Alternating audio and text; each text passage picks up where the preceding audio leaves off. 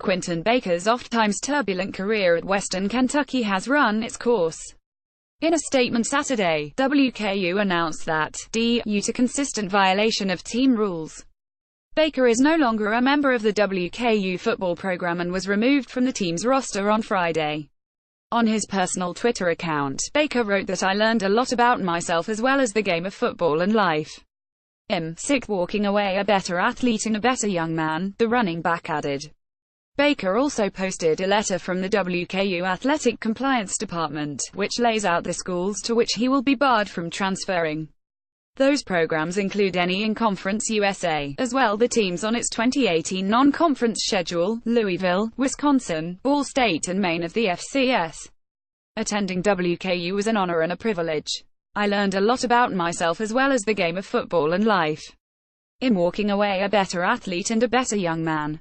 Looking forward to opening my recruitment back up and for the next step in life. American Football Books pic.twitter.com/xqvb9nq3pq QB_3 combining in closing key cap at Kuhl Baker 5 April 8, 2018 In 2 years with the Hilltoppers, Baker has rushed for 775 yards and 5 touchdowns, adding another 134 yards and a touchdown on 17 receptions.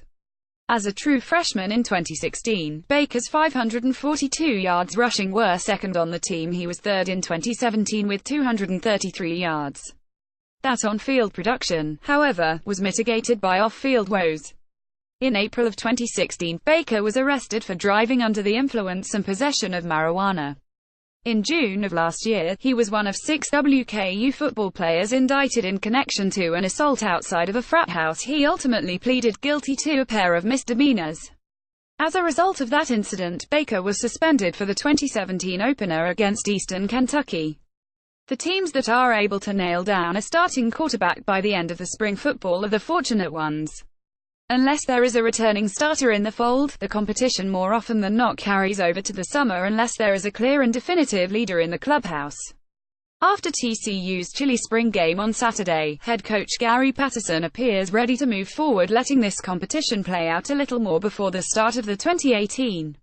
The quarterbacks have been okay, Patterson said after TCU's spring scrimmage on Saturday, according to the Dallas Morning News. We threw too many picks today. Sean Robinson, the most likely quarterback to end up getting the starting job in the fall and replace Kenny Hill, split playing time with Michael Collins and Grayson Muehlstein. All three had a pass intercepted by the TCU defense, leaving Patterson less than enthusiastic about going all in on any of his passing candidates. Though not panicking by any stretch of the imagination, Patterson is aware he has a few players trying hard, and sometimes that leads to trying to do too much to gain an edge. You gotta understand as a quarterback and players, you just need to make the players you're supposed to make, and the great plays take care of themselves, Patterson said. TCU, like every college football program in the country including even Alabama, has plenty of time to figure out who the starting quarterback will be.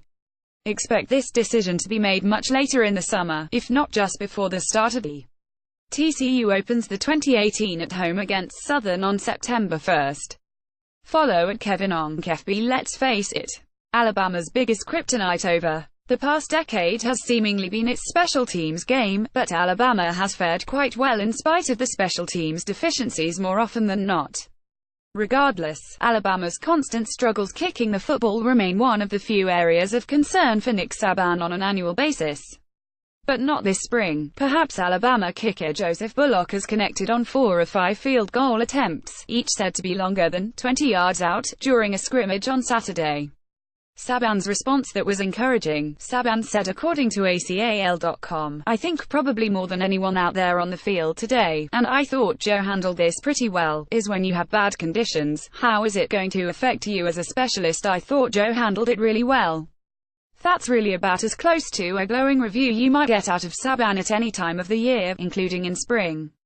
Alabama's kicking duties are up for grabs between Villanova and graduate transfer Austin Jones. Jones, who is set to graduate from Temple this spring, will join the Crimson Tide later this summer and join the competition for the starting job. Alabama ranked 90th in the nation in field goal accuracy last, converting 19 of 28 attempts. Jones was Temple's second kicker in 2017, and he converted 4 of 5 attempts for the Owls. Follow at Kevin Onk FB. With a good handful of key offensive players out of action for one reason or another, the Auburn spring game was expected to be highlighted by the effort from the defense. Suffice to say, that was the case on Saturday as the Tigers played the annual spring game in less than ideal weather conditions. Regardless of the level of play from the offensive side of the team, head coach Gus Malzahn is ending the spring feeling confident about what the Tigers may end up doing in the fall. "Our defense has a chance to be really good," Malzahn said after the Auburn spring game. "From a head coach's standpoint, I feel very good about our overall team." Auburn's first-team defense locked down on Auburn's second-string offensive unit, with the offense already a bit more shallow than Auburn would have preferred, limiting the offense to negative yardage in the first half of the spring game. Defensive lineman Nick Ho recorded a sack that was good for a safety. Auburn played without wide receiver Ryan Davis, back Chandler Cox, and running back Camp Martin due to nagging injuries, and starting quarterback Jarrett Stidham participated in a 7-on-7 prior to the spring game. Without those notable offensive players, Auburn got a chance to give some other players some playing time to help improve the depth of the team. "It was good to see those guys out in front of a crowd," Malzahn said. "Overall, both sides of the football got after it and had fun out there playing in front of our home crowd." Auburn still has a pair of practices before calling it a spring. After winning the SEC West in 2017, Auburn looks to become the first team in the division besides Alabama to win back-to-back SEC West division titles. Follow at Kevin Onk FB. The Georgia State Panthers were among the teams holding spring games. The scrimmages on Saturday as the spring football continues this month. As we tend to see from week to week, Georgia State took a chance to have a light-hearted moment during their spring game when they invited men's basketball head coach Ron Hunter to step on the field and see if he can catch a pass. During the spring game, Georgia State quarterback Dan Ellington, a JUCO transfer competing for the starting job, completed one of his 4 two-count passes to Hunter. Yesterday also happened to be Hunter's birthday, so this was a nice present from the football program. Hunter also gets the edge over former South Carolina head coach Steve Spurrier, who botched his attempt at a two-count catch in the spring game for the Gamecocks.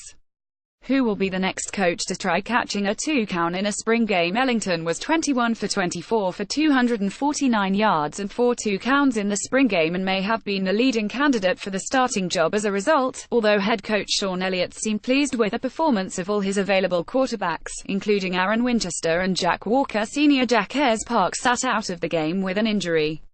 "It takes more than 15 days to let that thing work itself out," Elliott said. "Certainly leadership dictates a lot of it. We'll go into fall camp and have 29 practice opportunities before our first game, and well no. The separation will be evident then." Follow at Kevin Onk FB.